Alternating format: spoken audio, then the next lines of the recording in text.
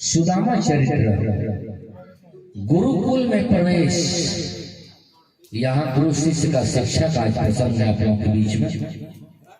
आज तीनों लोगों के स्वामी गुरुकुल में जा रहा है शिक्षा अध्ययन करने के लिए। बड़ा ही विचारने वाला कन्हैया, ये तो तीनों लोगों के धनी हैं, तीनों लोगों के जगतपति हैं, फिर भी आज महाराज गुरु के उनके कुटिया में शिक्षा प्राप्त करने के लिए जा रहे हैं। बंधु, शिक्षा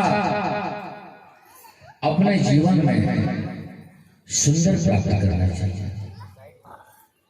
आज वो शिक्षा हमको सदन सदन काम दे, क्योंकि शिक्षा अधूरा रह जाने पर उसके जीवन में बड़ा ही अटपटा होता है। चाहे कोई भी शिक्षा, दो नाव में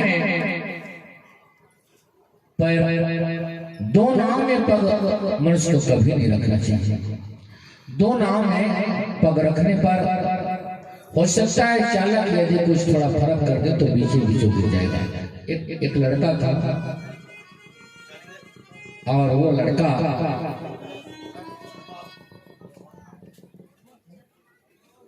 एक डॉक्टर के पास डॉक्टरी सीखने का उसके मन में आया। एक गांव का डॉक्टर था, लड़का था। वो सोचा कि मैं डॉक्टरी सीख जाता तो बहुत अच्छा रहेगा। और एक महान विशेषज्ञ डॉक्टर के पास हो गया और डॉक्टर साहब से कहा वो लड़का कि डॉक्टर साहब मेरे को आप डॉक्टरी सिखला दीजिए, ध्यान से सुनिए।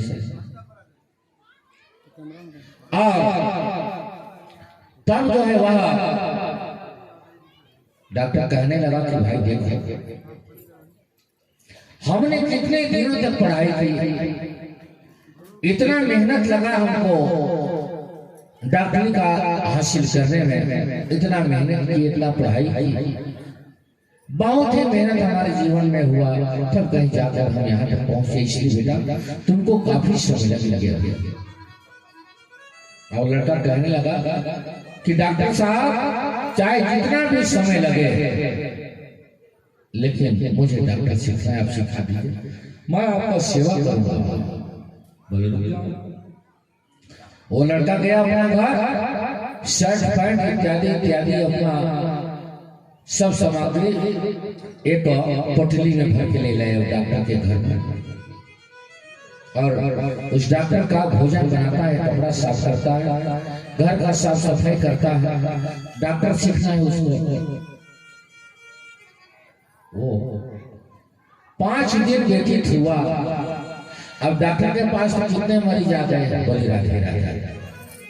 तो एक गांव में ऊंट बीमार पकड़ गया, ऊंट को बीमार पड़ गया। ऊंट कितने लोग देखे हैं? सभी लोग, आप लोग नहीं देखते? चले ऊंट बीमार जब पड़ गया, वह नारियल बागान में और घास चल रहा था, एक सूखा नारियल को खा लिया और उसके गले में जाकर नारियल फंस गया और वह तड़पने लगा, गिर गया धरती पर, लोट कर रहा है। तो जो लड़का डॉक्टरी सीखने के लिए गया था जिस डॉक्टर के पास, उसी के पास पहुंच गया और कहा डॉक्टर साहब मेरा ऊंट को काफी बीमार है, चलिए तत्काल। और डॉक्टर अपना बैग रखे, आला रखे, उस लड़के को पीछे साइड में बैठाए, बोले चलो मेरे साथ। और गए बागान में, देखे इधर आला लगाए, चेक किए डॉक्टर, इधर उधर चेक किया। डॉक्टरों का तो काम चेक करना। धीरे धीरे पकड़ में आ गया कि इनके गले में नारियल फंसा हुआ है। बोले ले लाओ, रस्सी ले लाओ, इनके चारों पैर को बांध दो और 2 बोल्डर ले लाओ, बड़ा साइज का पत्थर। और लाया गया और अब उसका गला बहुत बड़ा रहता है, जानते ही सब लोग, ऊंट का। डॉक्टर कहा, उसे पता चल गया उसको कि यहीं पर नारियल फंसा हुआ है। तो एक बड़ा वाला बोल्डर नारियल जहाँ फंसा था जिस गले में, उसी के नीचे उस पत्थर को रखा। एक पत्थर उसके पास शेष बचा और जोर से जब बोल्डर के ऊपर से वो पटका हो डॉक्टर, तो ये गला में फंसा हुआ नारियल फट से फूटा। और वो जो है जब फूटा तो मुंह हो गया, वो जो है नीचे तो निकल गया, उसके पेट में चला गया और हड़बड़ा के वह उठ गया। डॉक्टर साहब उसको 2 तो लगाए सुई दर्द का, और उस पुत्र को, उस लड़का जो डॉक्टरी सीखने गया था, उसको पीछे बैठा, बोले चलो बेटा चले। अब धीरे धीरे आ गए क्वार्टर, और जब क्वार्टर आया तो डॉक्टर अब सीखने गया था, वो धीरे धीरे कपड़ा लाता अपना बैग में मोड़ मोड़ के रखने लगा। वो लड़का जो डॉक्टरी सीखने गया था, डॉक्टर बोला क्यों भाई क्या बात है? बोली नहीं नहीं नहीं, मुझे बहुत जरूरी काम है घर में, बहुत जरूरी। बोले कैसी जरूरी? बोले नहीं 2-4 दिन के बाद मैं आ जाऊंगा। उस लड़का के मन में लगा कि मैं इतने दिनों से मेरे को बेवकूफ बना रहा था डॉक्टर, मैं तो सीख गया डॉक्टरी, सारा इलाज में सीख गया। और वो आया अंबिकापुर मेडिकल दुकान, सभी बीमारी का दवा मंगाया और मेडिकल को क्या है उसको दे दिया, आला दिया उस लड़के को, थायराइड का, बीपी का, शुगर का, बुखार का, फीवर का, सब का जो है दिया, सब बैग भर दिया आला वगैरह। अब एक साइकिल में एक पोस्टर लिखवाया कि मैं आधुनिक तौर से इलाज करता हूँ, वो डॉक्टर बजाइए ताली।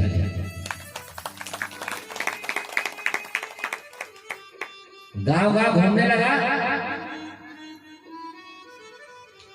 एक गांव में पहुंचा, एक बूढ़ी माँ थी, उसके 5 लड़के थे, बहुत परेशान थे अपने माँ का बीमारी में। रायपुर, बिलासपुर, अपोलो बहुत दूर दूर तक ले गए, उसका बीमारी ठीक ही नहीं हुआ। 5 लड़का निराश है उस माँ से। इतने में ये लड़का अपना साइकिल में एक पोस्टर चिपकाया कि मैं आधुनिक तौर से इलाज करता हूँ, मैं डॉक्टर। बड़ा वाला लड़का जब देखा, बोले डॉक्टर साहब थोड़ा रुकिए। बोले कौन? बोले डॉक्टर साहब मेरे माँ है, सियानी बूढ़ी माँ, और इसको कई हॉस्पिटल से हम लोग वापस ले लाए, डॉक्टर सभी थक गए। वो तो आपका पोस्टर में लिखा हुआ कि आधुनिक तौर से मैं इलाज करता हूँ, इसलिए जरा मैं अपने माँ को दिखलाना चाहता हूँ। और वो डॉक्टर साहब को अंदर ले गए, अपना बैग लिया, आला लिया, ले गए अंदर। बूढ़ी माँ वो पलंग में लेटी थी, बहू लोग सेवा कर रहे थे। और ये लड़का गया, वहां लगाया आला कान में, चेक करने लगा। बोले बस इसका बीमारी पकड़ा गया, 2 बोल्डर ले लाओ, ठोस पत्थर ले लाओ 2।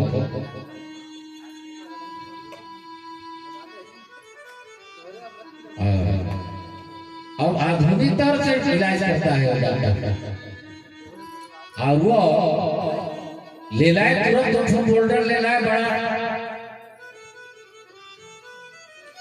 और बोले एक बोल्डर को इसके गला के नीचे रखो। 5 बेटे थे उसका, किसी प्रकार संभाल के उस सियानी माता का सिर को बड़ा कठिन से उठाए और नीचे बोल्डर को डॉक्टर रखा, और उसके पास एक शेष बोल्डर बचा ऊपर में, और डॉक्टर उठाया बोल्डर और सीधे उसके गला में जोरदार फटका। अब बेचारी, अब सियानी राम नाम संत हो गए, बोल्डर पर डॉक्टर से कैसे बचेंगे?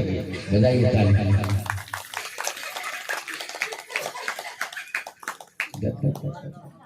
हंसने वाली भी चलिए हंसना पारा से आए हैं, पीछे हैं बच्चे लोग हैं छोटा छोटा। रुको भाई, थोड़ा कथा होगा तब हंसना बात। तो राम नाम सत्य हो गई, 5 बेटा हाथ मोलते रह गए। अरे बोले गजब का बात हो गया। और फिर आगे क्या हुआ होगा उस डॉक्टर साहब के पास 5 लड़के कितना उसको प्रणाम किए होंगे, आप सबों को पता चल गया होगा। बताइए ताली। ठीक, अधूरा क्या यही होता है। इसलिए जीवन में बोलने से पहले इस शब्द पर आप उसको जांचो कि यह शब्द अच्छा है या खराब है। करने से पहले इसमें लाख बार विचार करो। दूसरे का कहने पर उसको हाँ तो कहो, लेकिन उसमें भी आपको विचार करना है। उसी का नाम है जीवन, उसी का नाम है जिंदगी। जब सुदामा श्री कृष्ण गुरुकुल में जब प्रवेश करते हैं, तो गुरुकुल में जब प्रवेश किए, गुरु के द्वारा सुंदर शिक्षा दीक्षा उनको मिल रहा है। प्रातः काल कितना समय सो के उठना, सूर्य मंत्र में क्या मंत्र बोलना, तुलसी में जल चढ़ाने का क्या मंत्र है,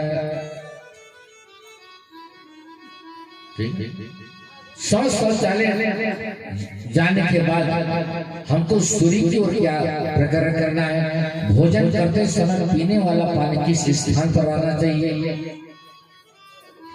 अपने से बड़े लोगों के पास कैसे निम्रता रहना चाहिए, गुरु को कैसे सम्मान करना चाहिए। क्योंकि गुरुकुल में तो यही मिलेगा, यही प्रसाद मिलेगा गुरुकुल में। आज सुंदर शिक्षा दीक्षा पूरा हुआ होगा। और एक दिन ऐसा समय आया, गुरु मां ने कही सुदामा को, बेटा आज तो इस आश्रम में लकड़ी हट गई, इसलिए जाओ जंगल लकड़ी लेकर लाना, तब कहीं भोजन जलेगा। और आज सुदामा महाराज ने के हाथों में 3 मुट्ठी चने दे दिए और चले गए जंगल। भगवान आज भक्त का परीक्षा ले रहे हैं, अपने भक्तों का। खूब आंधी तूफान वर्षा आने लगी, बादल गरजने लगी, बिजली चमकने लगी, और सुदामा महाराज श्री कृष्ण अलग अलग क्षेत्र में फंस गए।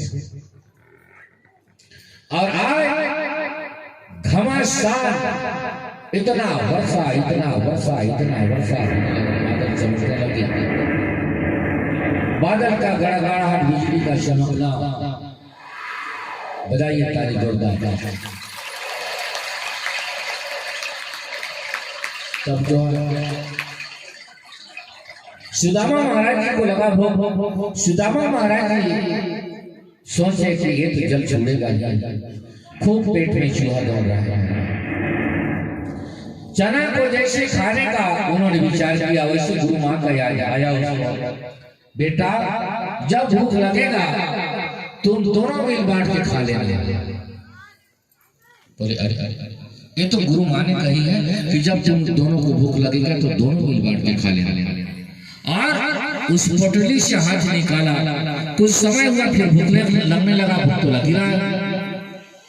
वो धीरे धीरे सुदामा महाराज सभी चने को खा डाला। चला भी इधर खत्म हुआ, और इधर स्वच्छ निर्मल बादल सुंदर स्वच्छ हुई, और दोनों लकड़ी का गट्ठर लिए एक स्थान में जुड़ गए। जब एक स्थान में जुड़ गए, कृष्ण भगवान कहते हैं सुदामा अपने मित्र को, मित्र जी खूब जोरों से भूख लगी है, गुरु मां ने जो दी खाने के लिए हमको भी दो। सुदामा के पास उसका उत्तर ही नहीं था। बोले मित्र जी मैं सभी चना को खा डाला। बोले चलो ठीक है। और अपने सिर में लकड़ी का गट्ठर लिए आगे गुरु आश्रम में जब आए, गुरु आश्रम में आते के साथ भगवान का नैया गुरु माता से कह रहे, गुरु माँ खूब जोरों से भूख लगी है। गुरु माता ने कहती है, पुत्र मैं तो सुदामा के हाथ में 3 मुट्ठी चना दे दी थी, क्या नहीं मिल बांट के खाए।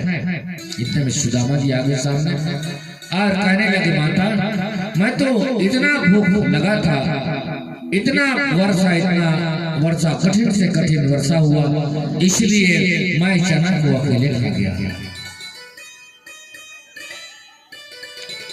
भगवान को बिना भोग लगाए खाने वाला जो व्यक्ति होता है, सुदामा की जैसे उसको दरिद्र होना पड़ता है। जब आपके सामने भोजन आए तो जल हाथ में लेकर एक आशनी करके जरूर भगवान का ध्यान लगाओ, तब भोजन प्रसाद बनेगा। बिना आशनी भगवान को बिना भोग लगाए खाने वाला जो मनुष्य होते हैं वही दरिद्र बन जाते हैं। आज सुदामा दरिद्र बन गए और वे सुदामा महाराज जी वहां से निकल पड़े। कृष्ण बलराम अपने गुरु के पास जाते हैं। जब शिक्षा दीक्षा उनका पूरा हुआ, गुरु के पास जाते हैं और कृष्ण बलराम दोनों गुरु महाराज जी के चरण पकड़ लिए। होता है, हे गुरु आपने हमें ज्ञान प्रदान किया, एक जीवन में असीम संपत्ति है ज्ञान, इसको आपने दिया। हे गुरुवर हम इसी से गुरु दक्षिणा में आपको क्या दें। ध्यान से सुनेंगे कथा, बोली राधे राधे। गुरु दक्षिणा में आपको क्या दें। गुरु महाराज जी कहते हैं, सांदीपनी मुनि कहते हैं कि हे पुत्र कृष्ण तुम्हारे में तो तुम्हारे भौम रेखा में तो 16 कला लेकर तुम यहाँ उतार दिए। बस गुरु दक्षिणा में मैं एक चीज अपेक्षा कर रहा हूं कि जितना दिन तक तुम इस आश्रम में सत्संग का तुम्हारे सामने प्रवाह किया गया, जितना भी तुमको शिक्षा दीक्षा इस आश्रम से मिला, वो सब शिक्षा दीक्षा को सारे जगत में प्रकाशित करना, यही मेरा लक्ष्य है।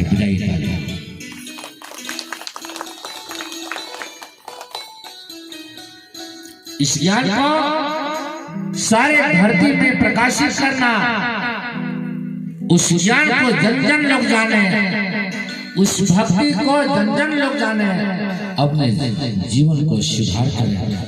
यही मेरा गुरु दीक्षा, गुरु दक्षिणा है। अति प्रसन्न हुए कृष्ण बलराम, चले गए गुरु माँ के पास। जब गुरु माँ के पास जाते हैं, प्रणाम की साष्टांग प्रणाम और कहते हैं, माता एक पुत्र की भांति आपने हमको इस आश्रम में पालन किया। हे गुरु माँ, आपका अंतिम इच्छा क्या है जो ये बालक आपका पूरा कर सकता है, कहिए। तो गुरु माता ने, उनके आंख में आंसू आ गया। ध्यान से सुनेगा, उनके आंख में आंसू आ गए, रोने लगी। बोले, देखो पुत्र, तुम हमारा इच्छा कभी पूरा नहीं कर सकते। हमारा इच्छा तुम कभी पूरा नहीं कर सकते, इसलिए कान्हा तुम्हें झूठा आश्वासन क्यों दे रहे हो मुझे। बोले, नहीं माता, चाहे जैसा भी हो, आज गुरु के द्वारा शिक्षा मिला और मैं दक्षिणा आपको न दे सकूं तो यह सारा ज्ञान अधूरा हो जाएगा। और आज वह माता कहती है कि जब सुनो, प्रभास क्षेत्र में एक बहुत बड़ा सरोवर है। जब तुम कह ही रहे हो कि इसको पूरा करूंगा चाहे जो विधि हो जाए, तो सुनो, मैं और तुम्हारे गुरु महाराज और मेरे पुत्र प्रभास क्षेत्र में नहाने गए थे।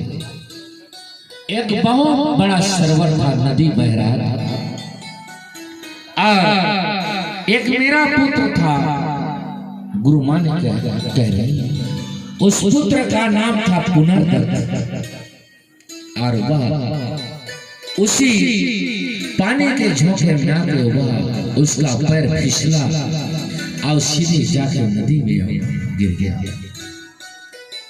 सीधे नदी में जाकर पुनर्दत्त गिर गया, जिसका आज तक वह समुद्र मेरे पुत्र को खा गया, और उसी पुत्र के शोक में आज तक बेटा मैं सारा समय धीरे धीरे गुजर रहा है। तो क्या मेरे उस मरे हुए पुत्र को तुम वापस ला सकते हो? कन्हैया 2 मिनट सहना हो।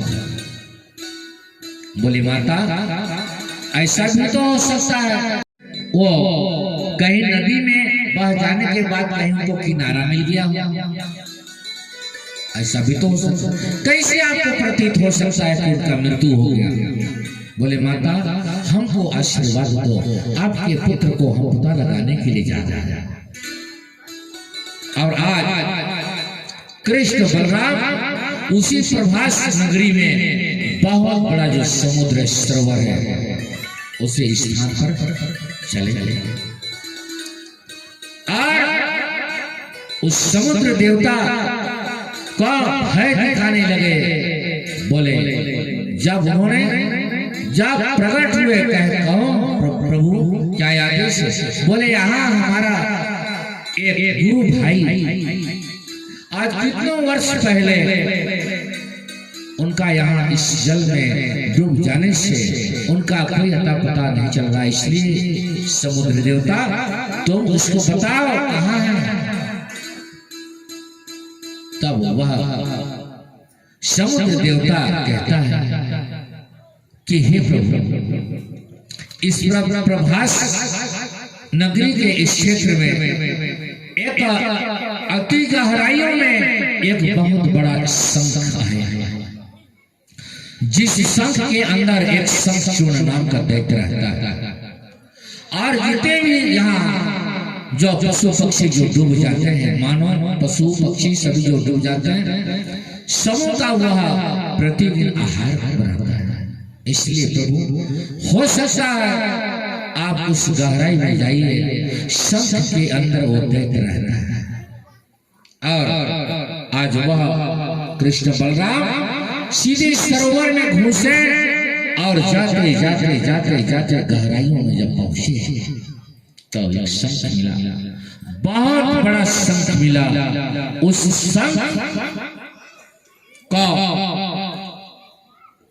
शंख को लक्ष्मण अग्नि बाण छोड़ते हैं अंदर जाकर जल के अंदर, और वह शंख जब गर्म हुआ जलने लगा तो वहां से ये बहुत बड़ा भयानक दैत्य निकला। बोली राधे राधे। उसी शंख के छेद से बहुत बड़ा एक भयानक दैत्य निकला और हा हा हा हंसने लगा हुआ। और मानो जब भगवान कन्हैया को देखा तब उन्होंने युद्ध करने के लिए निश्चय कर लिया और वह युद्ध करने लगा कन्हैया से। और आज युद्ध करते करते करते युद्ध आज जो है भगवान कन्हैया उनको मुक्ति दे दी है। और उस शंख को वहां से उठाए और बलराम भैया को कहने लगे दाऊ आज से इस शंख का नाम पांचजन्य शंख रखा जाएगा। बताइए ताली। उस शंख का नाम रहेगा पंचजन्य शंख। इस शंख का जहां भी आवाज जाएगी, जहां तक ध्वनि जाएगी, वहां विजय घंट बजेगी। और आज उस शंख को लेकर दोनों भाई सीधे यमराज के पास हम लोग जा रहे हैं। और यमराज के पास यमलोक पहुंचे तो यमराज के जो पार्षद थे उसे द्वारपाल में दोनों उन्हें रोकने लगे। बोले ये मनुष्य यहाँ तुम कहाँ चले जा रहे हो? बोले तुमको ख्याल नहीं है, यहाँ मृत्यु के पश्चात उनको प्रवेश मिलता है। बोली राधे राधे। जीता जागता इस रूप में तुम यहाँ प्रवेश नहीं कर सकते। मृत्यु होने के पश्चात इस यम लोक में प्रवेश मिलता है। तो कन्हैया मुस्कुराए, बोले हम तो अब आ ही गए, इसलिए अब हमको जाने नहीं दें तो हमको मार डालो, ताकि हमारा मृत्यु हो जाए, फिर आप प्रवेश देंगे वहां। और उनमें दोनों में बहस होने लगा। कृष्ण भगवान बार बार उनको समझाते हैं। और जो यमराज के दो पार्षद हैं वो तो अब आदेश से उनको भी पालन करना है। और जब 5 जन शंख को भगवान कन्हैया ने जब बजाया वहां इस यम के द्वार में, तो सारा यम लोग डगमगाने लगा। बजाइए ताली जोरदार। सारा यम लोग हिलने लगा। यमराज अंदर में सोने के कुर्सी में बैठे हैं, सोच रहे हैं कि अरे ये कौन व्यक्ति है, ये कौन व्यक्ति है जो इतना बड़ा यम लोक को हिला दिया। यहाँ किसका दुस्साहस है जो आकर इस प्रकार से आक्रमण करने का यहाँ उसको साहस कर रहा है। और 2 पार्षद अंदर घुसे। यमराज से जाके कहते हैं राजन 2 बालक आए, इतने हठी हैं और उन्होंने शंख बजाया और आज इस सारा यह नगरी यम लोक यमपुरी आज पूरी उथल पुथल हो रहा है। और तब वहां से अंदर से उनको वध करने के लिए यमराज एक गदा भेजते हैं। एक गदा का प्रहार यमराज के अंदर से, और वह गदा आया भगवान कृष्ण और बलराम के सन्मुख आवाज के प्रणाम करके वापस वह गदा चला गया। भगवान कन्हैया को भगवान बलराम को प्रणाम करके वह गदा वापस चला गया। और जब चला गया वापस, तब यमराज को भय उत्पन्न हो गया, क्योंकि यमराज से कोई नहीं बच सकता। बंधु, यमराज जब लेने के लिए आए तो उससे कोई नहीं बच पाएगा। आज यमराज को भय हो गया कि आखिर है क्या।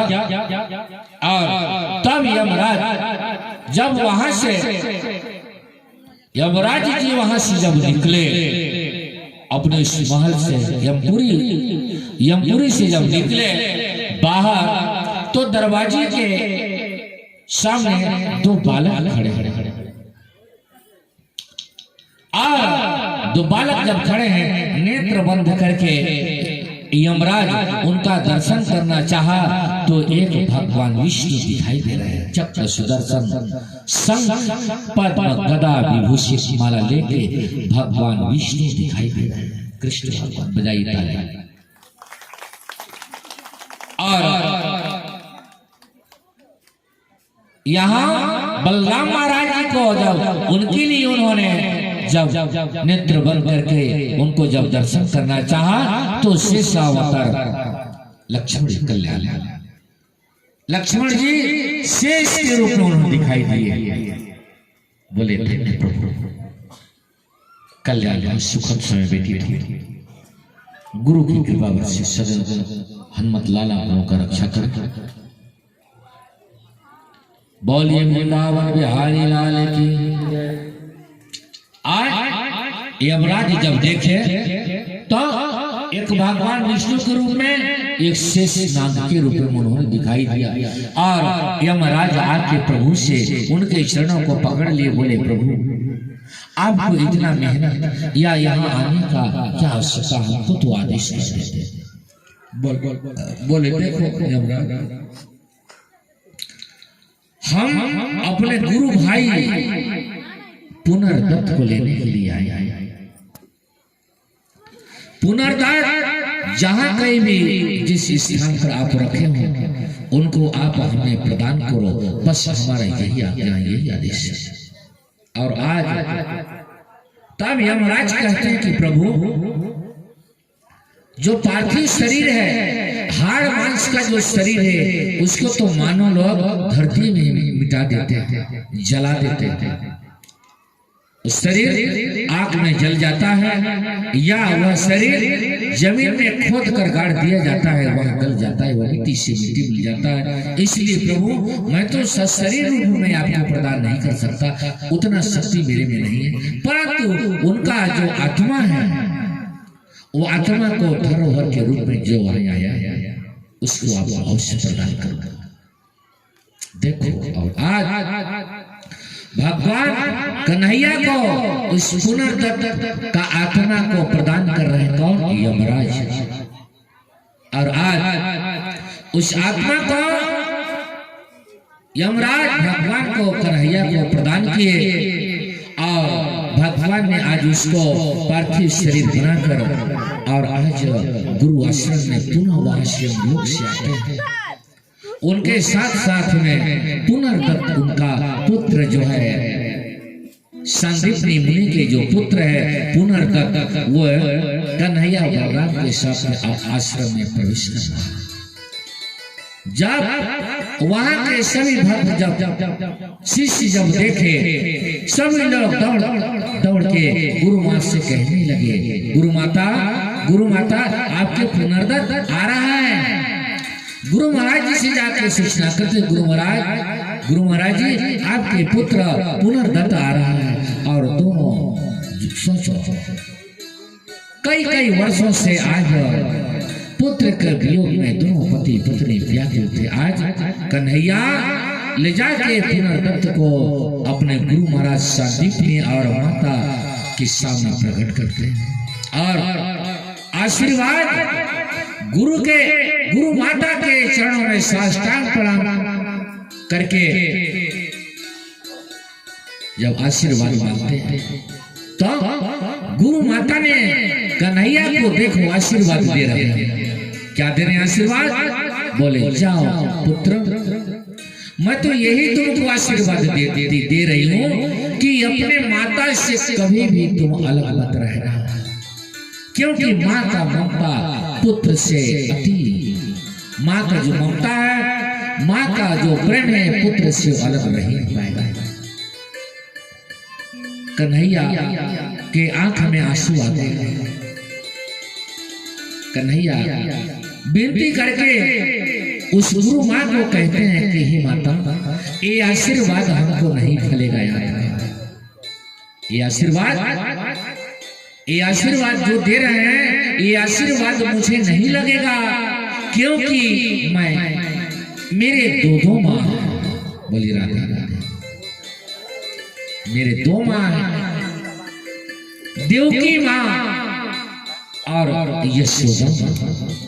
मैं देवकी के पास जब रहता हूँ तो यशोदा दुखी रहती है, और जब यशोदा के पास जब रहता हूँ मैं, तो देवकी माँ देवकी जो है दुखी रहती है। इसलिए जय आशीर्वाद मुझे नहीं फलेगा माता, एक न एक माँ से तो मुझे बिछड़ कर रहना ही पड़ेगा, एक न एक माँ से मुझे तो बिछड़ होना ही है, इसलिए और कोई दूसरा आशीर्वाद दो। तब आज वो गुरु माँ ने आशीर्वाद दे रहे थे, पुत्र कन्हैया जाओ, तुम्हारा कीर्ति सारे संसार में फैलेगा, तुम्हारा प्रकाश सारे भूमंडल पर फैलेगा, और सदा सदा कीर्ति आपका जो है, ये मेरी आशीर्वाद है, तुम्हारे सिर पर सदा ये मेरी आशीर्वाद है। और आज उस आश्रम से बंधु, क्योंकि आश्रम से चले आए अपना धराधाम, काफी दिन व्यतीत हो गया, इधर सुदामा महाराज जी दरिद्र बन गए हैं अपने घर में।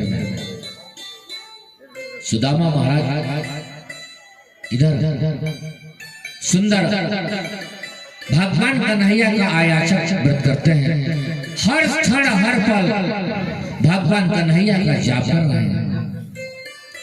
उनका विवाह भी हो गया सुदामा महाराज जी का। उनकी रोज श्री भगवान कन्हैया का कथा सुनाते थे वह सुदामा ब्राह्मण अपनी पत्नी को, और वह पत्नी कई कई दिनों तक भूखे प्यासे रहने के बाद भी कृष्ण कथा सुनती थी। आप लोग को 3 दिन आपके पति यदि भोजन ना दें और पति कहे कि आओ आओ जी कृष्ण कथा में सुनाऊंगा, तो आप लोग क्या जवाब देंगे? बजाइए ताली, क्योंकि ये भगवान कन्हैया का असीम कृपा। आज सुशीला कहती हैं कि हे पतिदेव, आपने तो कहते थे कथा में कि कन्हैया मेरे बचपन के मित्र हैं, हमें बाल सखा बनाए थे, गोप सखा बनाए थे, और जब हम लोग को पेट भर दही मक्खन खिला लेते थे तब अपना खाते थे। ऐसे दयालु मित्र थे। बोले हे पतिदेव, आप मैं सुनी कि द्वारका नगरी में एक बहुत बड़ा विशाल और द्वारकाधीश भगवान कन्हैया आपके मित्र, जरा उनके पास जाकर एक आध 2 टाइम पेट भर भोजन करके तो आओ। वो तो अंतर्यामी है, सभी की बातों को जान रहे हैं, सबका मन को जान रहे हैं। सुदामा महाराज जी कहते हैं कि देखो प्रिय, मैं भिखमंगा ब्राह्मण हूं तो क्या हुआ, मैं भिक्षा मांगने की वजह से दूसरे के घर कभी नहीं जा सकता। रही सवाल कन्हैया का कथा, तो कन्हैया का कथा तो मैं घर बैठे बैठे सुन रहा हूं।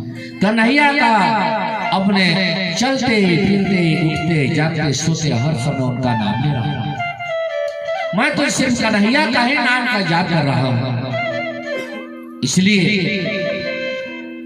आज सुदामा महाराज अपने पत्नी को समझाते हैं कि देखो प्रिय, गुरु के घर,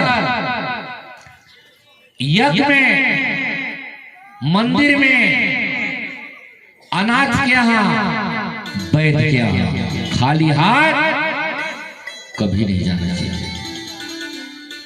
कितने जगह खाली हाथ नहीं जाना चाहिए? जहां यज्ञ हो रहा है, पहला। दूसरा, मंदिर में खाली हाथ ना जाए। तीसरा, तीर्थ में खाली हाथ ना जाए। कोई अगर बनारस जाए खाली हाथ जाए, क्या स्थिति होगी? क्यों? तीर्थ में खाली हाथ नहीं जाना चाहिए।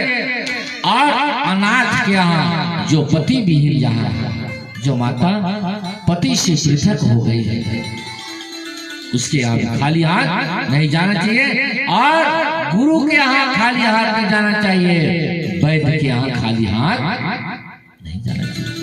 और मित्र के यहाँ खाली हाथ नहीं जाना चाहिए। सुदामा जी कहते हैं वे तो मेरे बचपन के मित्र हैं, और मैं सुना हूं कि उतने उतने असंख्य गुण के रानी, उतना बड़ा धराधाम, और हमको खाली हाथ जाने में शोभा नहीं आएगी। इसलिए आज कई कई दिनों तक सुशीला माता समझाई। अंत में सुशीला माँ अपने पड़ोसी गई, अपने पड़ोसी में, और 3 मुट्ठी तंदूर मांग के ले गई। तंदूर जानते हैं? चावल। 3 मुट्ठी तंदूर मांग के ले लाई, और 3 मुट्ठी तंदूर मांग के ले लाई, और एक चिथड़े में उसको फटा पुराना चिथड़े में पोटली बना के सुदामा महाराज जी को दे दी। बोले हे पतिदेव, इसको रख लीजिए। अब जब कन्हैया पूछेंगे तो आप बता दीजिएगा कि ये संदेश तुम्हारे भाभी ने भेज दिया। और आज धन्य सुदामा आज एक लकड़ी लेकर, अठोतरी माला लेकर हाथ में, 3 मुट्ठी चावल को दबाए आंख में, और भगवान कन्हैया के धराधाम में जा रहे हैं। बचपन के मित्र हैं।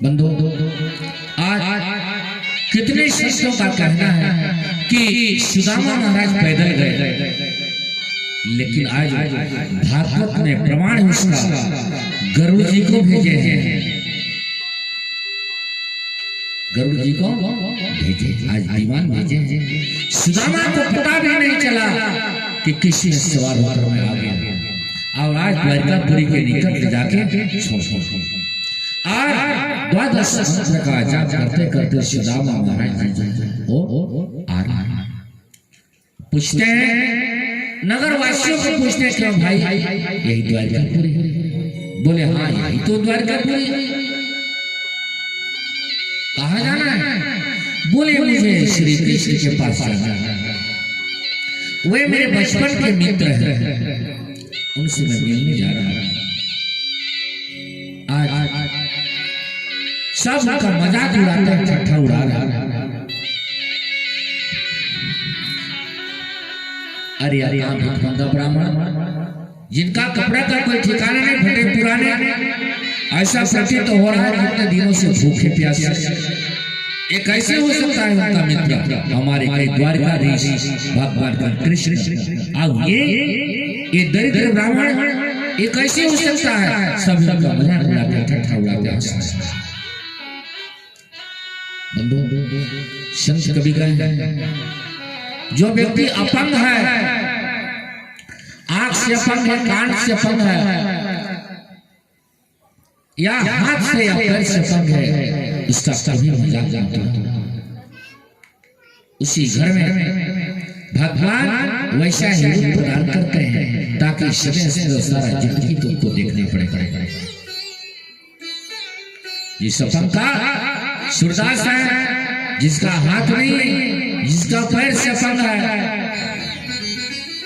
पीठ में उनका कुबड़ निकल गया है, या और भी टेढ़ा मेढ़ा उनका शरीर है, ऐसे ऐसे ऐसे मनुष्य को हंसने पर भगवान उस हंसी के बदले में उसके घर में वैसे ही प्राणी को जन्म दे देता कि जाओ, कोई नाती होगा, कोई पोती होगी, कोई बेटा होगा, कोई ना कोई ऐसा जन्म ले लेगा जो हंसने वालों को सारा जिंदगी उसको देखना पड़ेगा।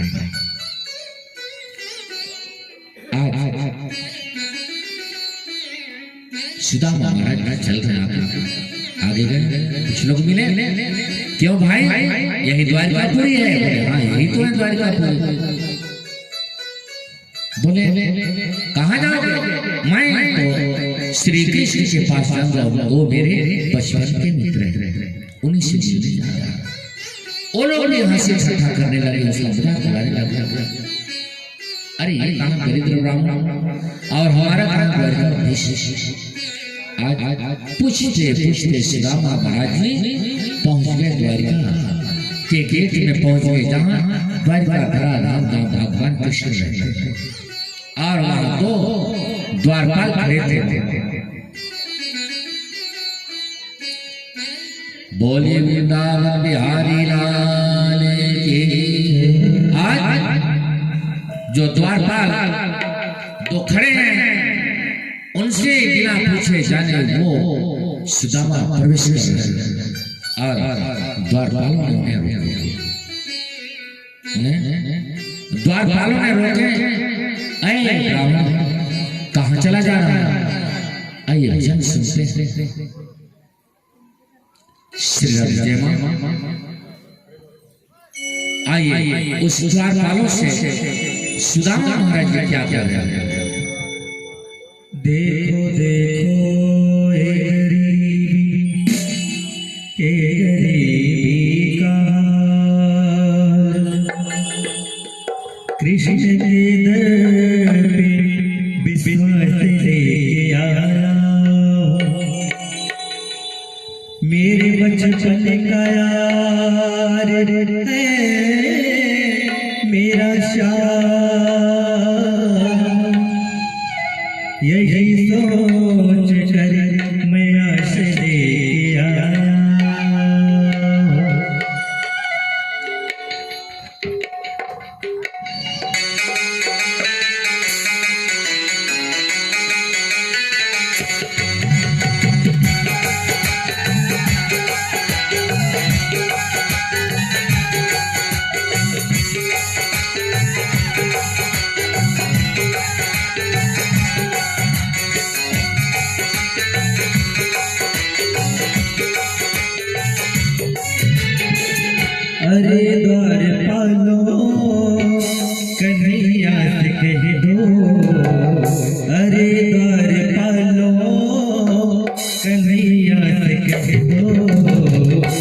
दर पे सुदामा गरीब आ गया है, सभी ताली बजाइए।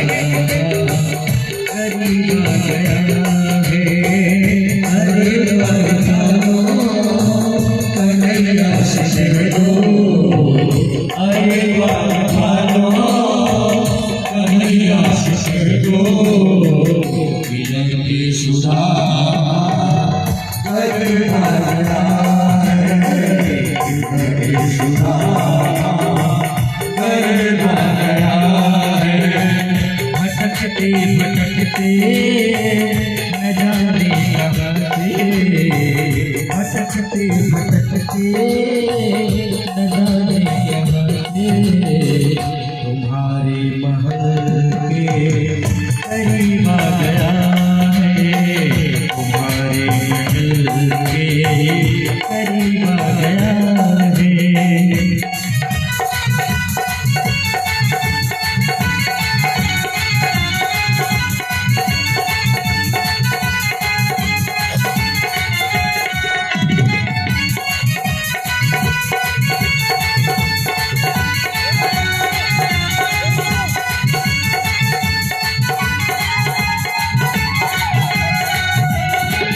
नजर पे है पगड़ी, नजर पे है जामा, बता दो कन्हैया को नाम है सुदामा है, बता दो कन्हैया को नाम है सुदामा।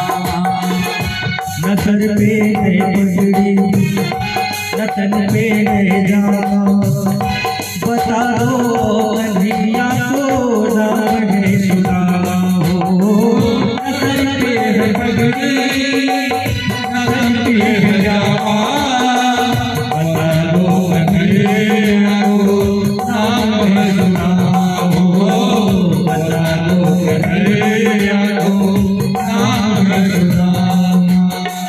तुम की बार मोहन से जार के कह दो, तुम की बार मोहन से जार के दो, मिली सखावत नसीबा गया है, मिली सखावत नसीबा गया है।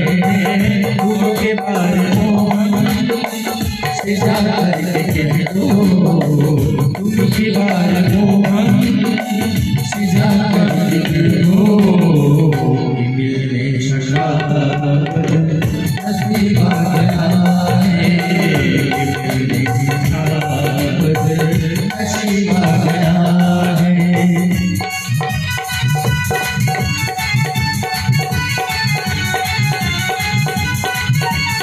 सभी ताली बजाइए।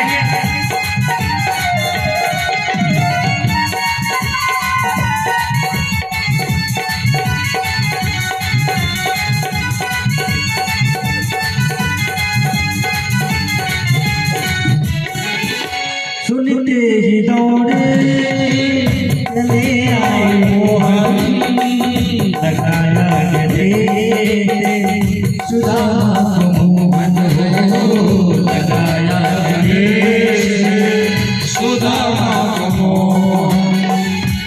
सुनते ही दौड़े चले आए मोहन, लगाया गले सुदामा मोहन हो, दौड़े चले आए मोहन, लगाया गले सुदामा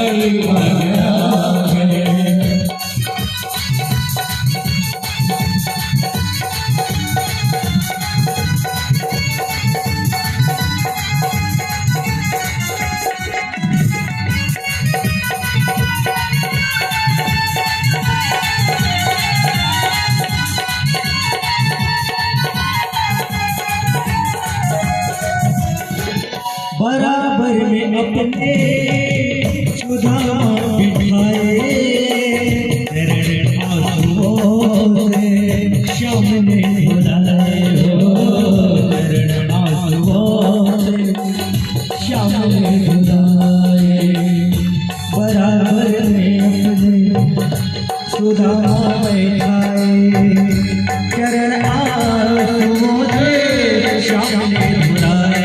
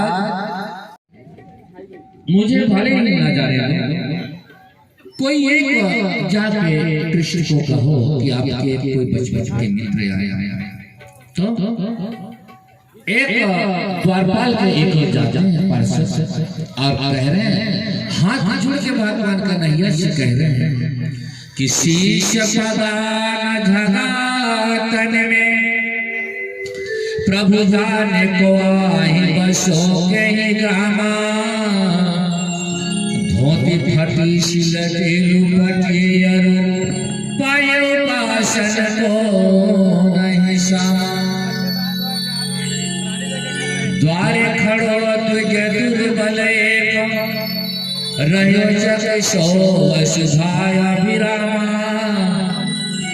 पूछत दीन दयाल को धाम बतावत आपन नाम सुदामा।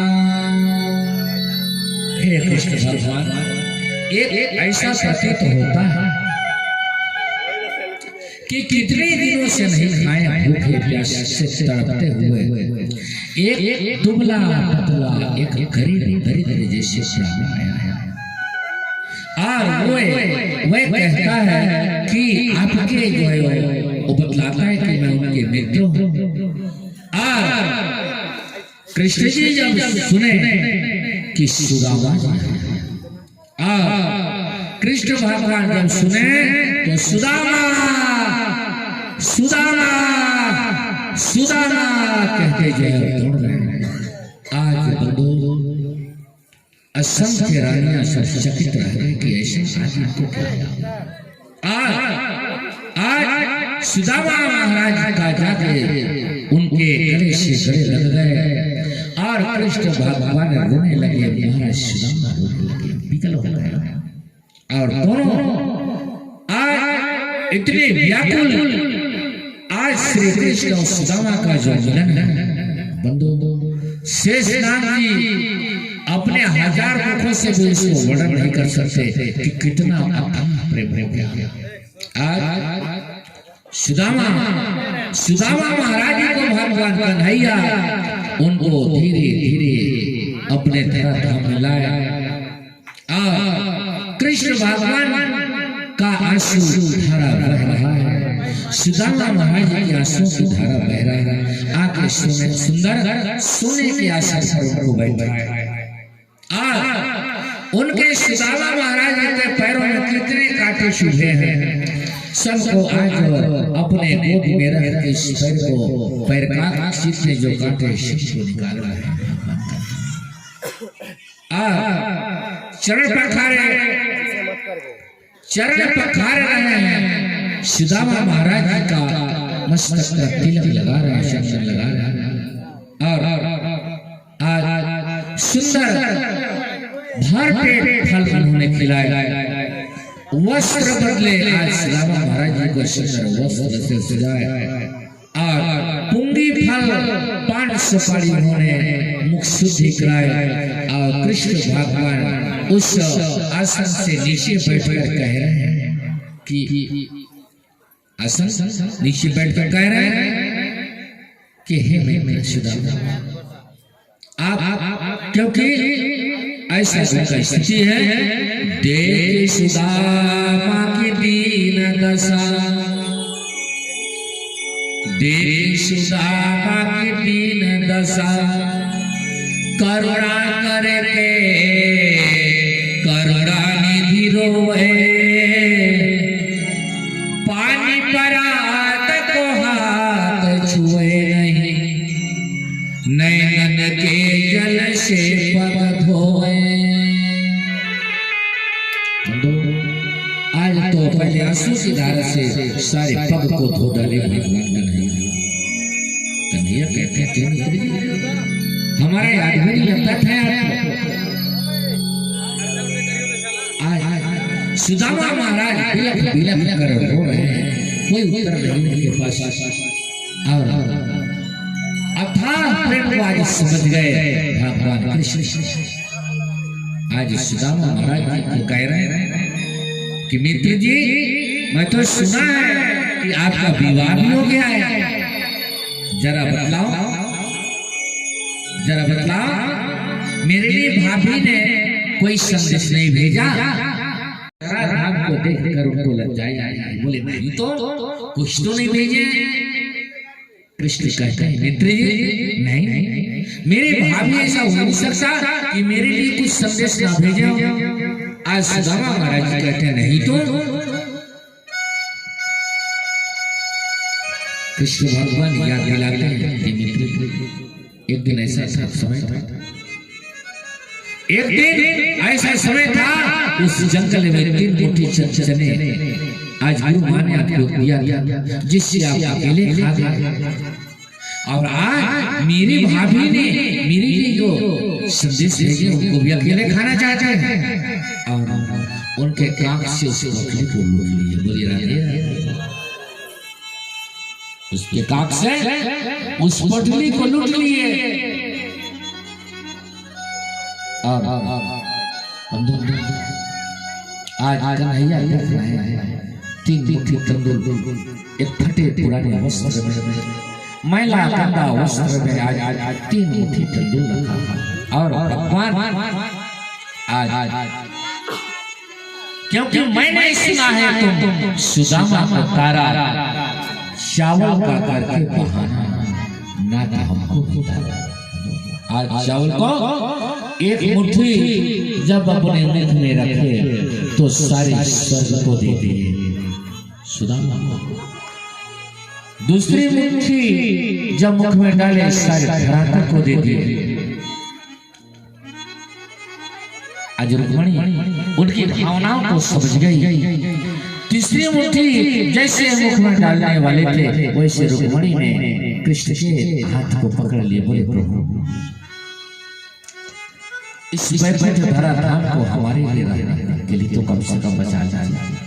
मैं तो समझ गई कि आप दोनों में कितना प्रेम है। इतना प्रेम तो मैंने अपने जीवन में कभी देखे। धन्य आपने हे परम पिता परमात्मा, इस वैकुंठ धाम को तो कम से कम अपने लिए रखना चाहिए। और आज सुदामा महाराज जी का सुंदर 3 लोकों के स्वामी आज मित्र का सेवन, आज उस मित्र का सेवा कर रहे हैं, गरीब ब्राह्मण का सेवा कर रहे हैं। साक्षात जगदम्बा रुक्मणी साक्षात विष्णु जी कृष्ण काफी दिन धीरे धीरे जीवनचर्या व्यतीत हुई। एक दिन उनको सुदामा महाराज ने चकाचक वहां दूध दही खीर चल रहा है उनका। परिवारों का जब याद आया तब कृष्ण को कहने लगे सुदामा जी की मित्र जी अब मैं जा रहा हूं। कृष्ण कहते हैं ठीक है मित्र जाओ। सुदामा महाराज बार बार कृष्ण कह रहे हैं मित्र जी अब मैं जा रहा हूं। कृष्ण कहते हैं ठीक है मित्र जी जाओ। कुछ दूर चले गए फिर मुड़ के देख रहे कृष्ण की ओर और कह रहे मित्र जी मैं जा रहा हूं। कृष्ण भगवान भी कहते हैं ठीक है मित्र जी जाओ। आज सुदामा महाराज जी के मन में कल्पना कि मैंने तो यहाँ सुंदर खान पान किया परंतु आज मेरे परिवार भूखे कई दिनों तक भूखे प्यासे सो रहे।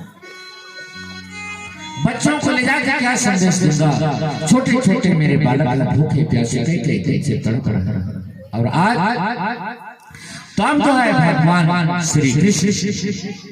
जब सुदामा उनके धराधाम से जब निकल गए तो इधर विश्वकर्मा मुनि का भगवान में ध्यान लगाए। विश्वकर्मा मुनि प्रकट करते और विश्वकर्मा मुनि कहे कि हे प्रभु कहिए क्या आदेश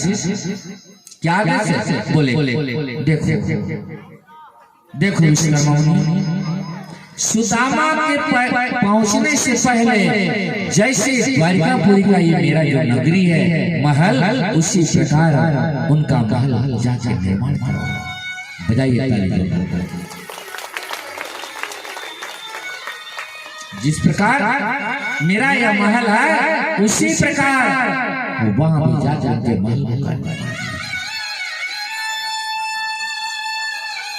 और आज विश्वकर्मा मुनि के चले गए सुदामा से पहले पहुंचते हैं और जाके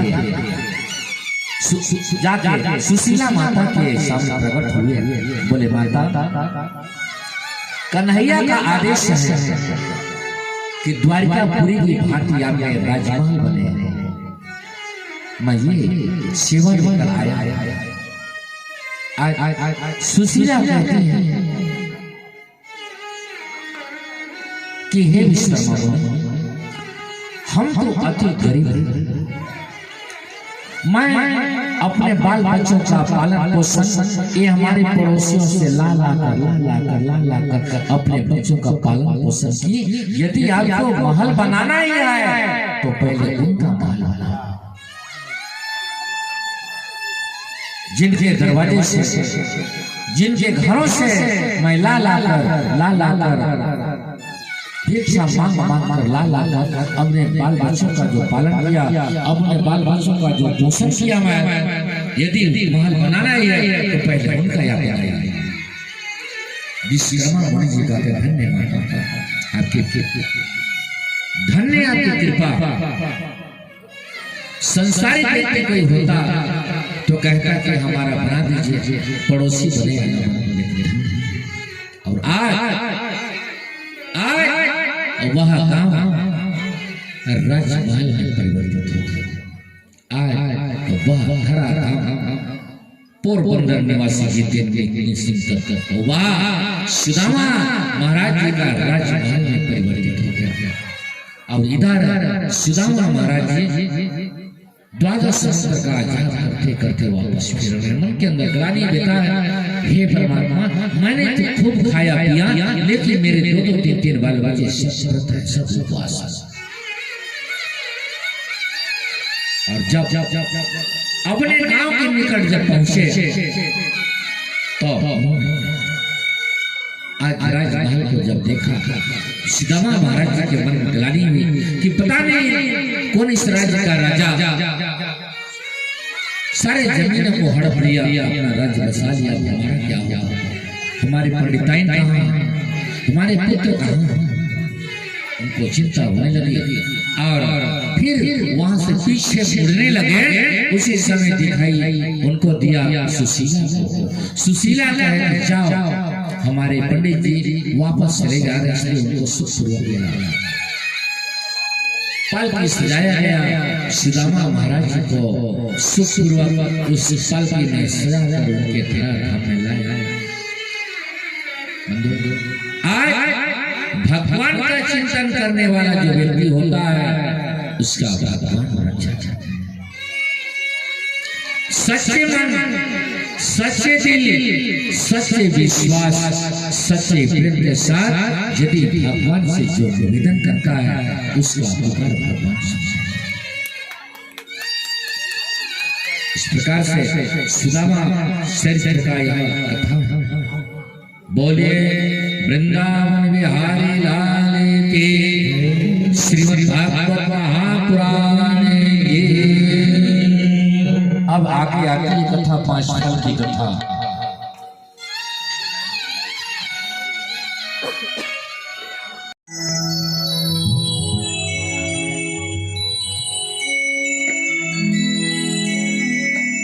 बोले वृंदावन बिहारी लाल की, संत समाज की, भगवान की।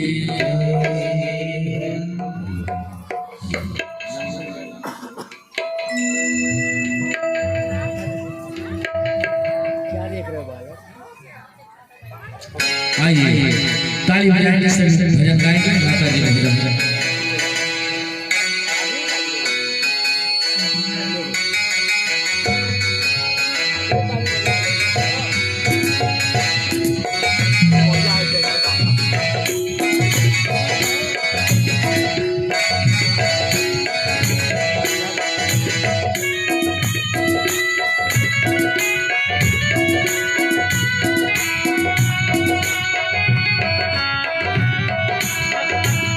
ताली बजाइए सब लोग।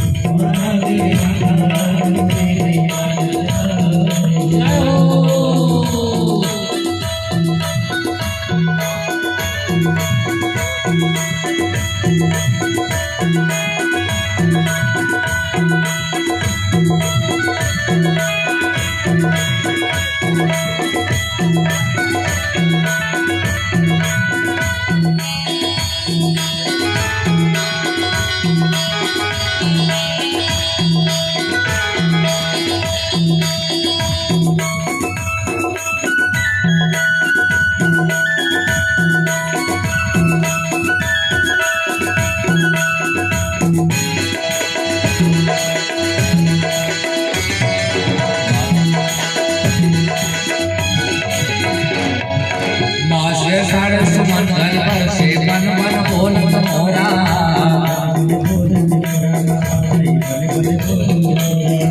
नाचे सारस मंगल पर से मन मन बोलत मोरा,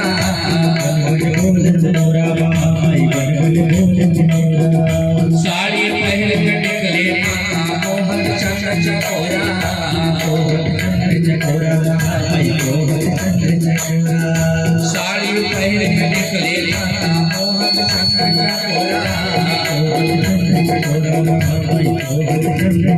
लंगरेरी साई ओ हाय लंगरेरी साई माना के माता माना के साई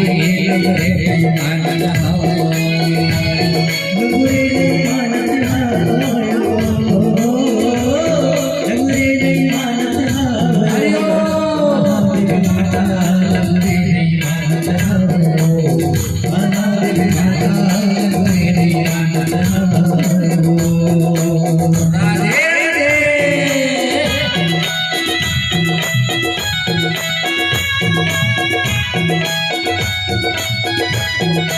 माना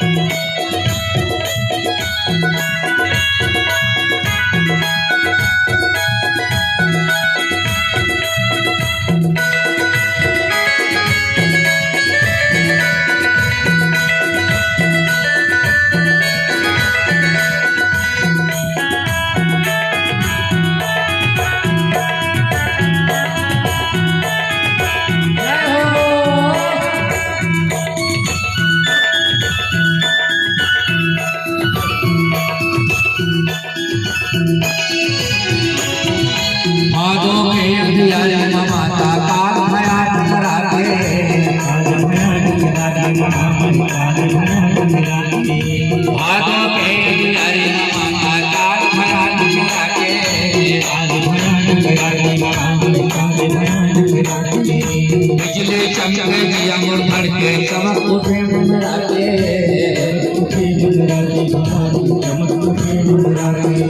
बिजली चमके दिया मोर भर के चमक उठे मुनराते लंगरेरी साई ओ हाय लंगरेरी साई का माता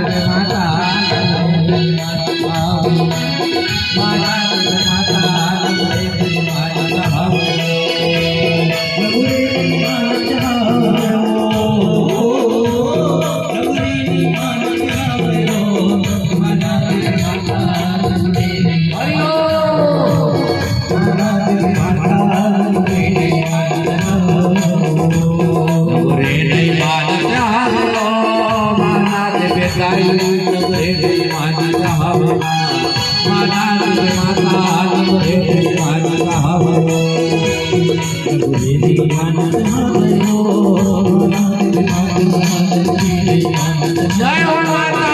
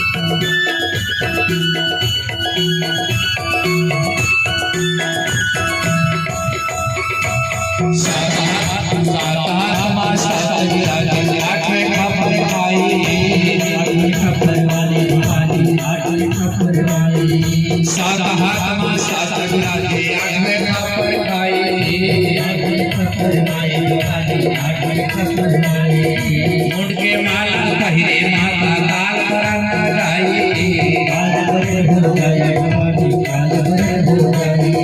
मुड़के माला पहिरे माता काल करना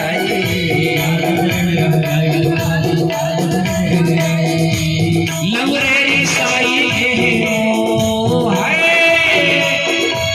लंगरेरी साई का माना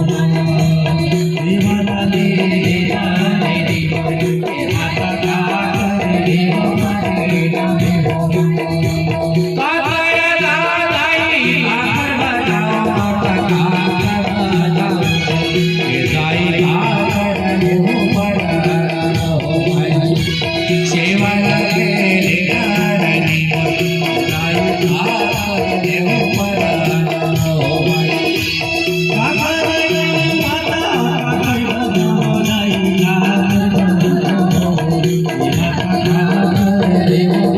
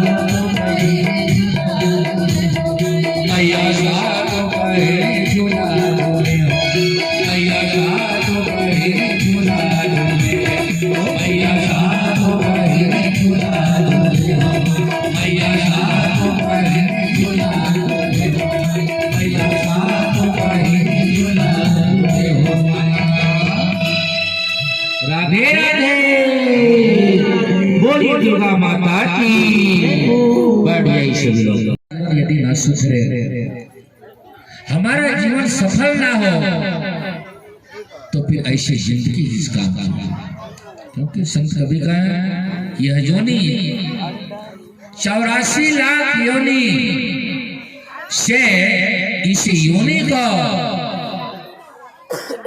84 लाख योनि से इस मनुष्य शरीर को भगवान ने कृपा किया जो इसके हृदय के अंदर ज्ञान वैराग्य भक्ति साधना योग तप पाप पुण्य सबको डाल दिया है।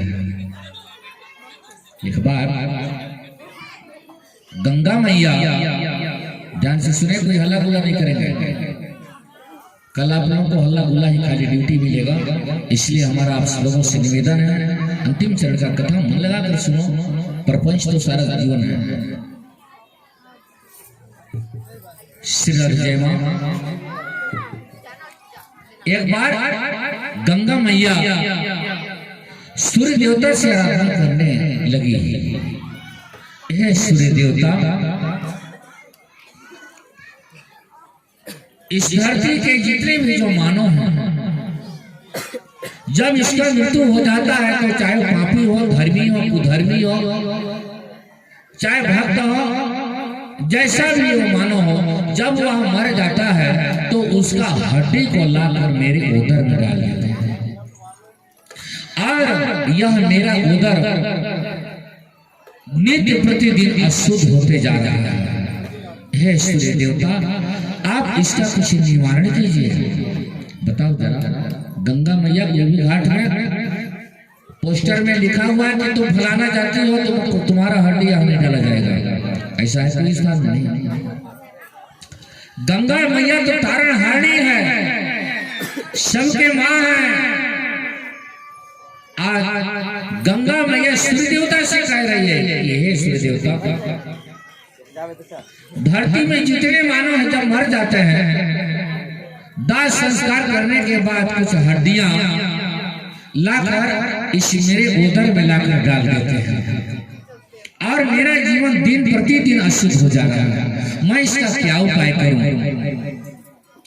सूर्य देवता कहते हैं कि पुत्री बड़ा ही मार्मिक प्रश्न आपने कहा। श्रावण मास बोले मन लगाकर सुनो श्रावण मास रोहिणी नक्षत्र में जब प्रवेश करेगा बरसात और इतना जल वर्षा होगा सारा तालाब पोखरी, नदी, खेत, बाड़ी, आंगन सब पानी से जब भर जाएगा। ध्यान से सुनो पुत्री, तुमको निवारण बताता हूं। तो उसी समय जितने भी धरती के मानव मात्र हैं, जो हड्डी ला कर तुम्हारे अंश में जो डाले हैं, सबको मछली बना देंगे। और सबको मछली, जब सब हड्डियां मछली बन जाएगी और उसको अपने शरीर से उसको बाहर कर देना। कुछ मछलियां नदी में चले जाएगी, कुछ पोखरी में चले जाएगी, कुछ तालाब में चले जाएगी, कुछ नदियां में चले जाएगी, कुछ खेत में चले जाएगी। और धरती के जितने भी जो मानव हैं, पुनः अपने पाप को थोप थोप कर फिर खा लेगा। तुम्हारा शरीर शुद्ध हो जाएगा।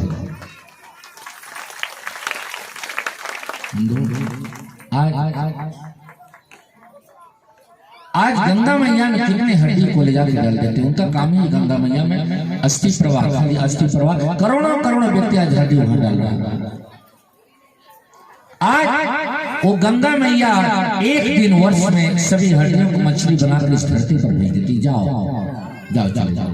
और किसी को पता नहीं रहता है कि मछली मेरे पिताजी का हड्डी का है, मेरे माँ का है, मेरे छोटे बच्चिया जो मर गई थी उसका है, या नाना का है, या बाबा का है, या दादा का है। इसको पता, किसी को पता नहीं रहता है।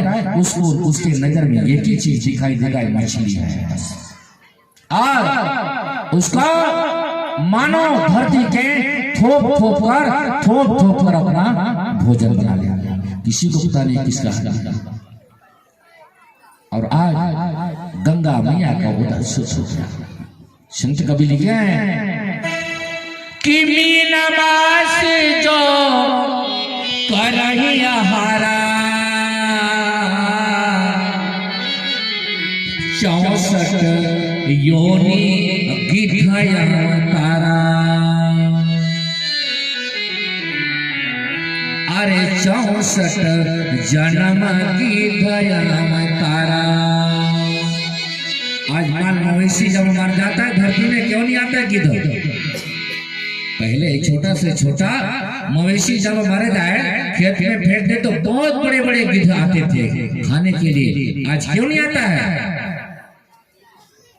क्योंकि आज धरती के जितने जो मानव हैं सभी मांसाहारी बन गए। इसलिए सब छोड़ छाड़ के धरती को त्याग दिए कि जाओ अब इसका साफ सफाई तुमको करना पड़ेगा। और आज मानव को देखो, इतना सुंदर प्राणी, देवता के समान जीवन मिला है। सुगा कितने लोग देखे हैं, तोता सभी लोग देखे।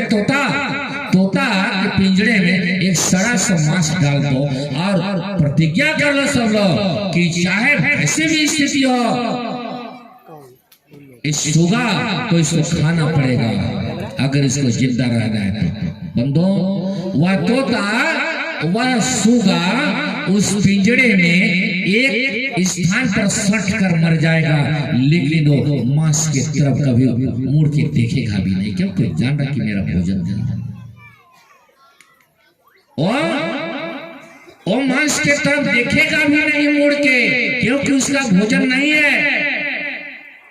और आज मानो क्या कर रहा है?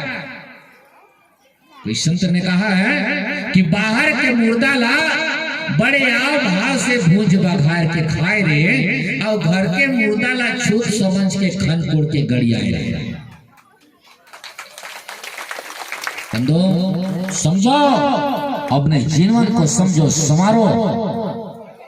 आज घर में एक लाश अगर मर जाए तो छाती धुन के, छाती पीट कर धरती पर गिरना पड़ेगा, और सारा गांव शोक के बंधन में फंस जाएगा, और दूसरे जीव को लाकर यहाँ बद्ध कर देते हैं। वो भी तो किसी का माता पिता का पुत्र है, वो भी तो भगवान का बनाया वो प्राणी है, जिसको यह जीवन, मानव जीवन हत्या करके भोजन बना लेता है। बंदो समझो, हत्या करने वाला जो भक्त है उसका प्रायश्चित 7 जन्म तक नहीं मिलेगा। 10,000 टीना गुड़ घी डाल के कुंड कोड़ के कभी भगवान छुएंगे नहीं, याद रखो। ये हत्यारा हाथ का भगवान भोजन कभी स्वीकार नहीं करते हैं। इसलिए समझो इस बातों को कि भगवान आज ये हाथ क्यों दिया। भगवान विष्णु के मस्तक पर तिलक लगा रहा है, भगवान विष्णु को दीपक दिखा रहा है, भगवान विष्णु के मस्तक पर तुलसी दल चढ़ा रहा है, भगवान को प्रसाद चढ़ा रहा है, भगवान को आरती कर रहा है, भगवान को गुड़ घी मिलाकर शंकर भगवान भे नमः स्वाहा, शंकर जी को यह हाथ भोजन करा रहा है। विष्णु भगवान भे नमः स्वाहा, ये विष्णु भगवान को भोजन करा रहा है। अरे ये हत्यारा हाथ जीवन जीवन का पातकी बन गया। बंदो इस हाथ से एक टूना गुड़ घी क्या करोड़ों टीना आप गड्ढा खोल के डाल दीजिए, भगवान कभी स्वीकार नहीं करेंगे। बजाओ ताली। इसलिए सब कर्म करो, जीवन में हर कर्म करो, पाप कर्म से बच जाओ। ये भागवत कथा का प्रसंग है। हम कथा यदि सुनते हैं जीवन में कथा को वास्तव में धारण किए हैं, कथा सुनने वाले में से यदि गिनती कराना है तो ये चीज से सबको बचना पड़ेगा, और नहीं तो 7 दिन तक इस भगवान कन्हैया के धराधाम में जला हुआ मरकरी लाइट के बीच में मस्त प्रकाशित जीवन गुजरा। 7 दिन तक कल पता चला कि 7 दिन जो कथा सुनने वाला जो भक्त यहाँ जो बैठा था वो पक्का सड़क के किनारे उसी पाप कर्म के रास्ते में सूरदास जैसे टटोल रहा है, क्योंकि कथा सुना है 7 दिन तक। कथा 7 दिन तक सुना है, इसलिए पुनः सूरदास जैसे उसी सड़क के किनारे जाके वो सूरदास जैसे टटोल रहा है। बंधु समझो इस कथा को अपने जिंदगी में। धरती में तो कितने संत आते, अयोध्या से बुला लीजिए, बनारस से आए, इलाहाबाद से आए, वृंदावन से आए, मथुरा चंबल घाटी जहाँ देखा वहाँ कथा तो चल रही थी सारे संसार में। मैं अपने जीवन में 54 भागवत किया। इस जीवन में 50 वर्ष का उम्र में 54 भागवत किया। इस सरगुजा, बलरामपुर, कोरिया जिला और कोरिया जिला 54 भागवत का प्रमाण आप अपने मोबाइलों में सर्च करो, आपको मिलेगा। और मेरे माता और पिता का आशीर्वाद से आप लोग तो चटनी जैसे यहाँ बैठे हैं, जहाँ 20,000 लोगों का भीड़ होता है, वहाँ हमारा विद्वानों के बीच में कार्यक्रम होता है। और हम अधिकतर व्यवहारिक कथाएं प्रकाश डालते हैं कि अभी तुमको इस क्षण अपनी जिंदगी में इस आश्रम में क्या करना है, इस जीवन में इस क्षण घर में अपने आश्रम में तुमको कैसे जीवन व्यतीत करना है। बाल बच्चे जो है आपके हैं, माता पिता के साथ कैसे व्यवहार करें, गुरु के साथ शिष्य को कैसे व्यवहार करना चाहिए, अपने से बड़ों का कैसे सम्मान करना चाहिए, हमको अपने जीवन में कैसे बोली बर्ताव का प्रयोग करना चाहिए, नशा पदार्थ हमारे घर में कहाँ होना चाहिए। नशा तो नाशक है, नशा से किसी को आज तक आनंद नहीं मिला। नशा सा को छोटा बनाइए और ना को बड़ा बना दीजिए तो क्या होगा। नशा न में मात्रा जोड़ दीजिए और सा को छोटा रख दीजिए, क्या हो जाएगा नाश। आज नशा से बाल बच्चे हमारा गलत प्रवृत्ति, कुमार रास्ता, अटपटान स्थिति, संगति का गलत प्रभाव, गलत मार्ग पर चलना, ये नशा से घर में यदि नशा का प्रवेश है आपके घर में, शराब का प्रवेश है घर में, नशा है कूट कूट के उस घर में, उस घर को शांति कभी सपने में भी नहीं मिलेगा।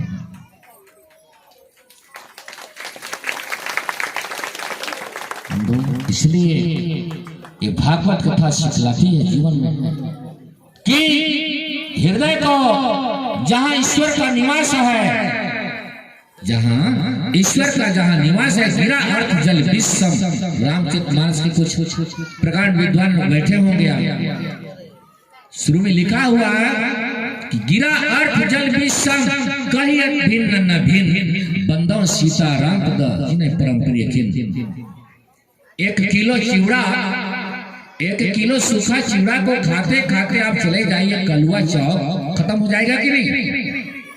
क्या साक्षात गंगा मैया का निवास मुख में जो आज चिवड़ा, कच्चा चिवड़ा को गलाने के लिए पानी पहले से भगवान ने निर्मित किया है, निर्माण किया है।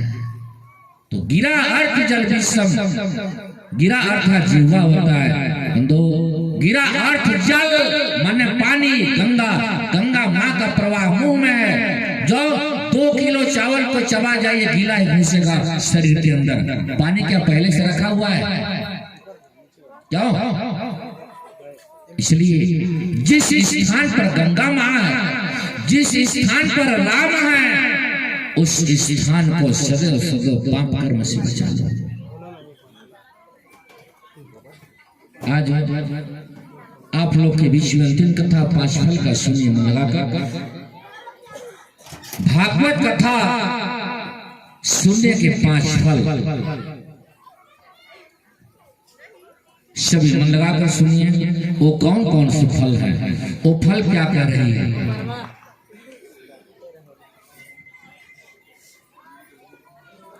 बोलिए वृंदावन बिहारी लाल की।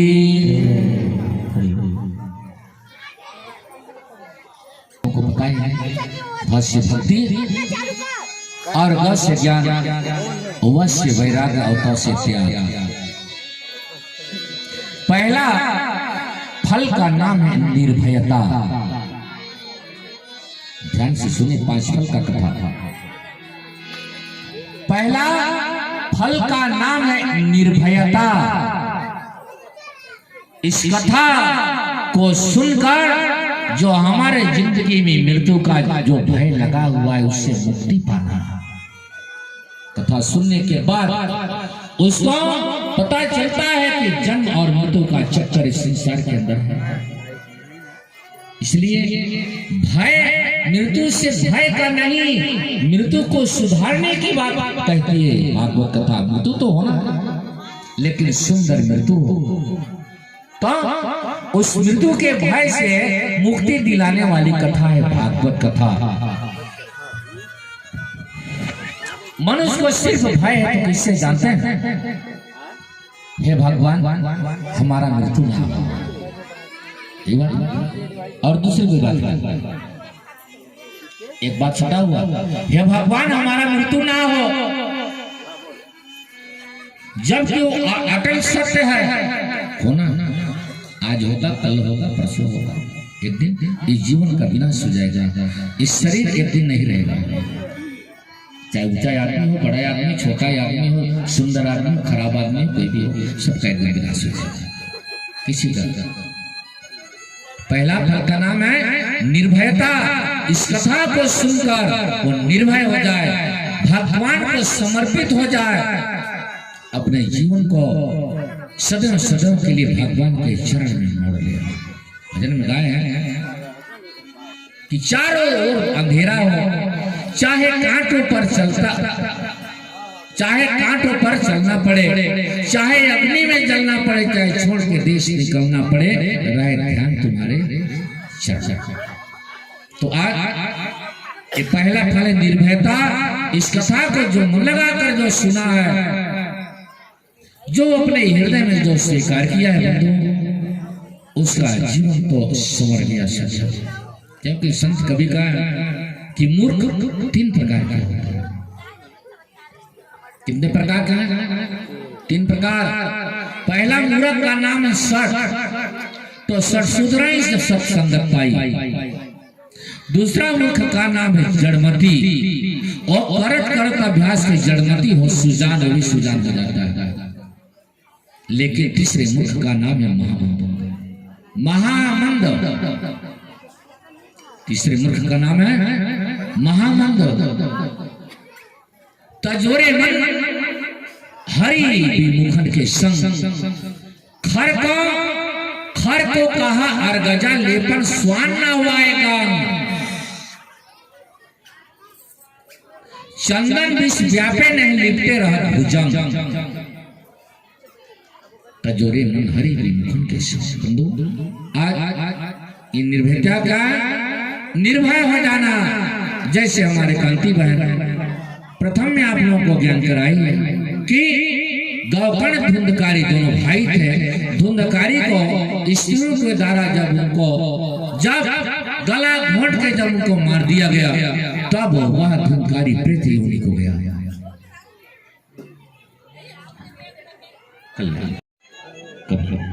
क्यों कोयला है, इसका लक्ष्य ही काला है, उसका जाति ही काला है, उसका लक्ष्य ही काला है।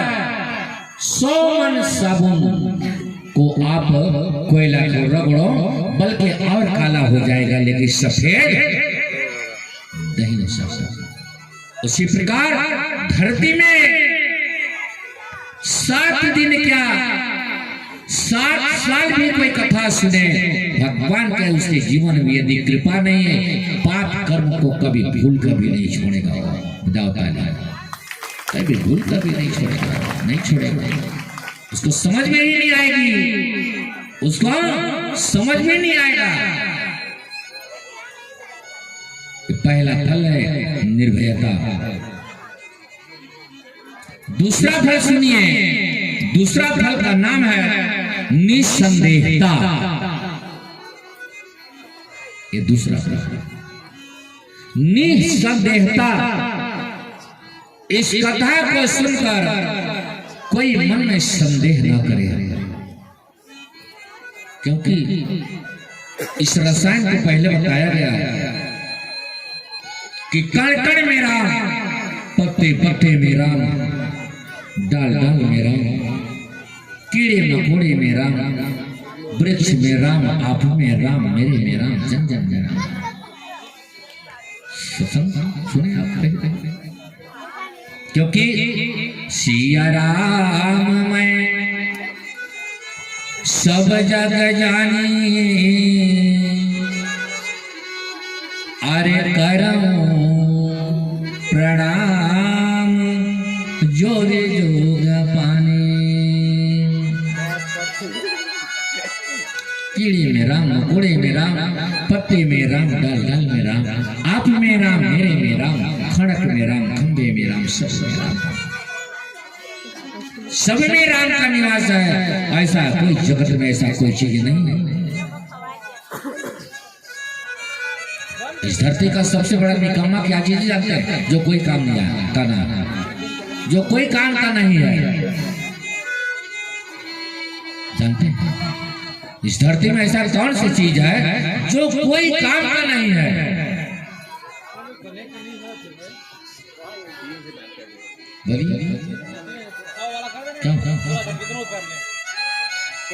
सभी कहने लगे। और बंधु, क्योंकि इस धरातल पर ऐसा कोई पदार्थ नहीं है, कोई चीज नहीं है जो बिना काम का हो। मिट्टी से लेकर वृक्ष पत्ते जितने भी जो वर्णन किया जाए, सब से सब काम लायक है। केवल एक चीज काम करना। ये श्वास रूपी जो चिड़िया, श्वास रूपी जो आशीर्वाद भगवान ने जो कृपा बरसाया है, वो यदि चला जाए, उस ब्रह्म में यदि लीन हो जाए, तो ये शरीर कोई काम का नहीं, ये निकम्मा हो जाएगा। एक बार चूल्हे का जो राख है उसको बाड़ी में डाल देंगे, सरस होगा, लेकिन ये पुतला का राख एक चम्मच भी कहीं नहीं छोड़ेंगे। 2 अंगुल और मिट्टी का गहराई से खोद के डाल देंगे, बह जाएगा, निशान न बचे। इसको जलाने के बाद 2 अंगुल और नीचे से खोद के हटा दो, इसका कोई निशान न बचे। संत कवि कहे कि यही मुख राम नाम नहीं आवा, अरे सो मुख ब्रह्मा व्यर्थ बनावा। संत कवि कहें कि जीवन में कभी राम नाम नहीं लेता है, कभी भगवान का स्मरण नहीं। आज लोग क्या करते हैं, बिस्तर पे जैसे सोए हैं, बिस्तर पर बड़े भोर में अगर उनको निंद्रा जब फटा उनको उठना है तो जानते कैसे करते हैं, सारा शरीर को उनका अकड़ आता है, हाँ हाँ हाँ। भगवान सुन लिए उनके मंत्र को सुन ले, बोले बेटा जाओ तथास्तु, ऐसा ही हो। ओ सुबह समय बिस्तर से उठते समय हाय हाय का जो नारा लगाया, भगवान ने तथास्तु बोले ऐसा होगा तुमको 12 घंटा। सोते समय भगवान का चिंतन ना करके 4 नौकर का चिंतन करके सोया, कल ट्रैक्टर कौन चलाएगा, धान कहां पर क्या करना है, क्योंकि रात का जो 12 घंटा का जो समय है उसमें भगवान का चिंतन करके वह जीवन नहीं सो रहा है, वो प्रपंच सोचकर कल क्या होगा, कल कैसे होगा, कौन आएगा, कहाँ होगा, कहाँ मिस्टेक हो जाएगा, ये सोच के रात को सो रहा है। और रात में स्वप्न में भी उसको शांति, उसको स्वप्न में भी उस प्राणी को शांति नहीं मिल रहा है। क्यों? क्योंकि कल का चिंतन करके सोया, भगवान का चिंतन करके नहीं। इसलिए बंधु, जब कभी भी आप बिस्तर पर सोएं, सुंदर कार्यक्रम आज 2-3 गाना सुंदर आप लोगों को सभी लोगों को सुनना है, आनंद लेना।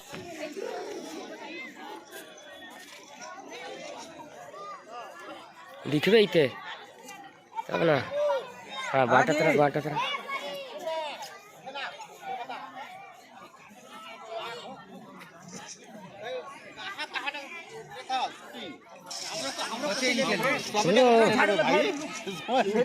सब लिया था जी, बाहर बाहर बाहर झाड़ू मारेगा नहीं, नहीं था ना कहीं कहीं वो जो बोला था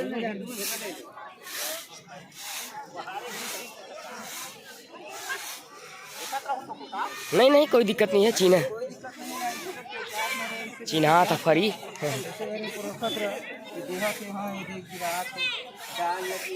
ठीक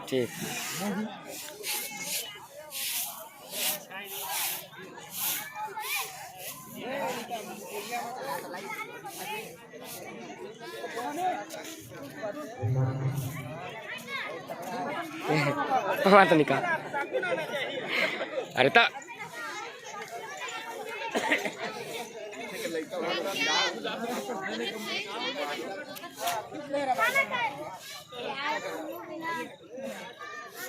बारिश होने वाला है जी, बारिश होने वाला है। हाँ थोड़ी कथी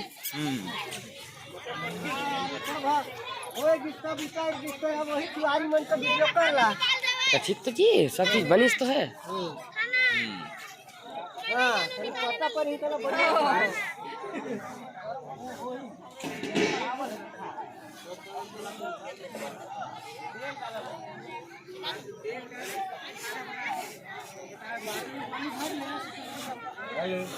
खाना खाए में बैठे ना, हमें कर दे हम तो।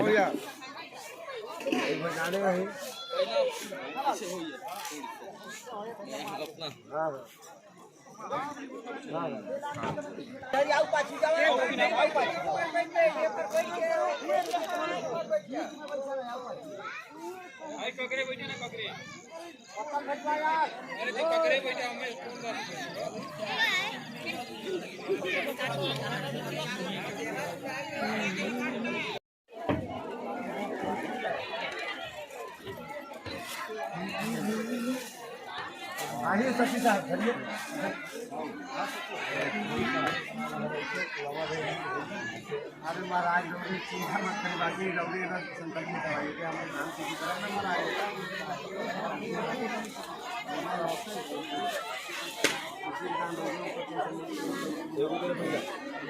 हाँ पूरा आती यहाँ तक।